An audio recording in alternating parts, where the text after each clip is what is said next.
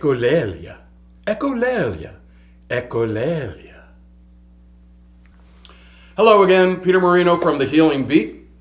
Obviously today, I wanted to talk about echolalia and how it affects children on the autism spectrum. If you haven't encountered the term before, let me give you a brief introduction. In a nutshell, echolalia is when a word or a phrase tends to be repeated over and over. There's two types of echolalia. There's one that's immediate and there's one that's delayed. But both of them deal with the same sort of thing where a child on the autism spectrum will find a phrase and get attached to it, phrase or a word, and repeat it over and over. Echolalia is sometimes misunderstood. It's thought to indicate inattention or a lack of intelligence.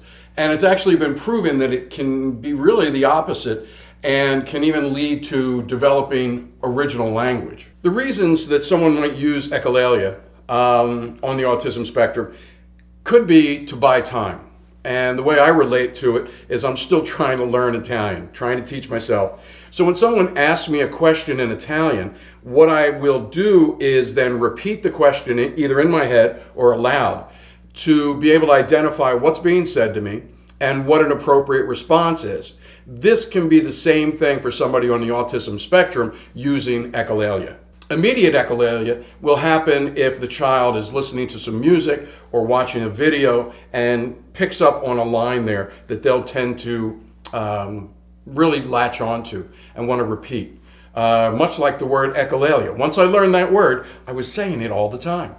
But the delayed echolalia is a little more difficult to recognize because sometimes that could happen weeks after a child has seen a movie and all of a sudden they start repeating a line from that movie. And what I've found is that in working with my wordplay system when I'm doing drumming, sometimes if I encounter a student that is repeating phrases, I may try to take that phrase and turn it into a rhythm so that we're actually playing the phrase, and it tends to dissipate the effect of the repeated rhythm over and over again. And yet we're actually creating music at the same time.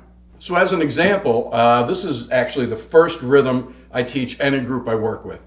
And the phrase goes, along with the pulse, extra cheese and pepperoni, extra cheese and pepperoni. That alone can become an echolalia phrase. It goes on, but then we start playing it.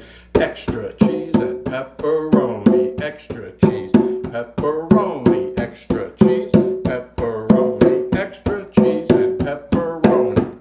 So that's one of the ways you can do that. And some of these phrases may become a source of echolalia for your student, but it has a whole different connotation. And you know, one way you can relate to echolalia, even if you're not on the spectrum, is, you know, we all get those earworms where you hear a song and then for the next day, every time you stop, you hear that repeat and repeat and repeat in your head. So, you know, a lot of these situations with the autistic child are not really that different than what we experience on a day-to-day basis. So we should really keep that in mind as we're dealing with them. Thanks so much for stopping by, watching this video. I hope you enjoyed it. There's plenty more in the series. If you have any questions, please feel free to contact me. My name is Peter at 1HourDrummer or thehealingbeat.com. And if you're interested in learning more about connecting with autism, there's a link below that can help get you started. Take care. All the best. See you soon.